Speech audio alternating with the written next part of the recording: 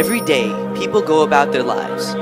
Some speed to work, while others hike their way to school. Out of these people, 1 in 20 children will have a parent die before he or she graduates from high school. Life can get overwhelming while experiencing grief. You might not even know what's happening because everyone goes through grief in different ways.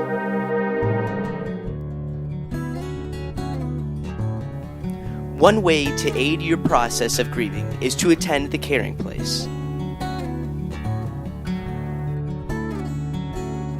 So this is our forum. This is where our families come together and meet at the beginning of the evening. They have a meal here together, and I know that sounds kind of simple, but it's really important for our families to really get a chance to be together, because a lot of times it's really hard to sit down together as a family at dinner time when there's somebody missing from your family. So we have games that are around the room. We also say our pledge, which you can see over here on the wall.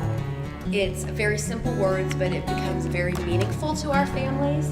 I am here for you, you are here for me, and we are here for each other. And the families really enjoy saying that, and it's really important for them to say those words together as a large group.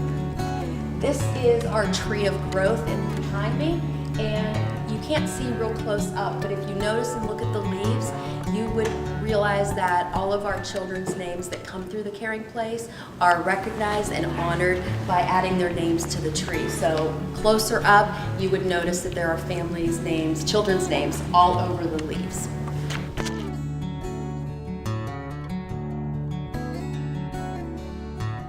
This is the preschool room, and it's really important to our little ones because even though they don't necessarily understand that person has died, what they do understand is everybody in their family is acting a little different.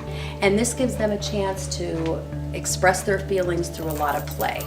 This is our teen room where a lot of our high school students will come, and these are some of the rules that they will do when they get together and meet for the first time. And it seems kind of simple, but we really think it's important for families to feel safe here in order to talk about some really hard stuff.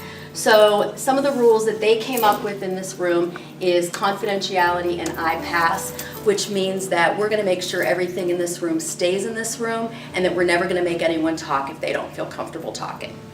Sometimes when kids come here, they do a variety of different activities. One of the activities is a feelings mask that they do, and we all talk about the different masks that we wear every day when we wake up, and this is kind of how they put their mask on during the day, but inside, this is really how they're feeling. They're feeling heartbroken after that person in their life has been gone.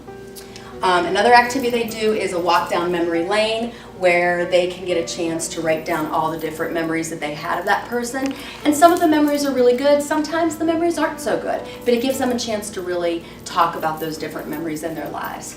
And then lastly, this is another activity where a lot of the kids will brainstorm a list of different feelings that someone has had after someone dies. So you can see upset, painful, misunderstood, they feel furious or guilty. And then what we talk about here is all the different triggers that happen throughout the year, throughout our lives, that bring some of those feelings back to us. Maybe it was a graduation day, maybe it's a holiday, maybe it's a song that you hear on the radio. But that death, just because that death happened so long ago, doesn't necessarily mean that it's going to go away. And sometimes those triggers come back and remind us of them.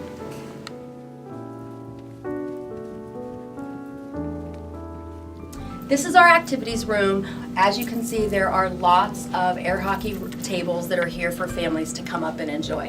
And it's a really nice place for families to realize that even though someone has died, we don't always have to be sad. And this gives families permission to just have fun for a while.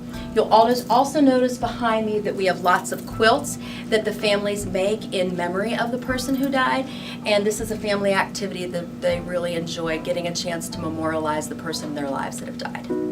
This is our expression room, and it's filled with lots of pads and around and punching gloves that you can use on the bag. A lot of times families, and especially children and teens, feel really angry after someone dies. And we want to give them a safe place where they can express that anger. This would be the room.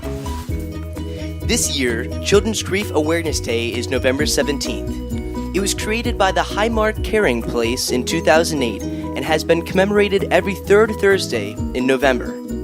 The staff at the Caring Place have picked the holiday season because it can be a difficult time for those who have lost a loved one. Children's Grief Awareness Day seeks to bring attention to the fact that giving support can give all the difference in the life of a grieving child.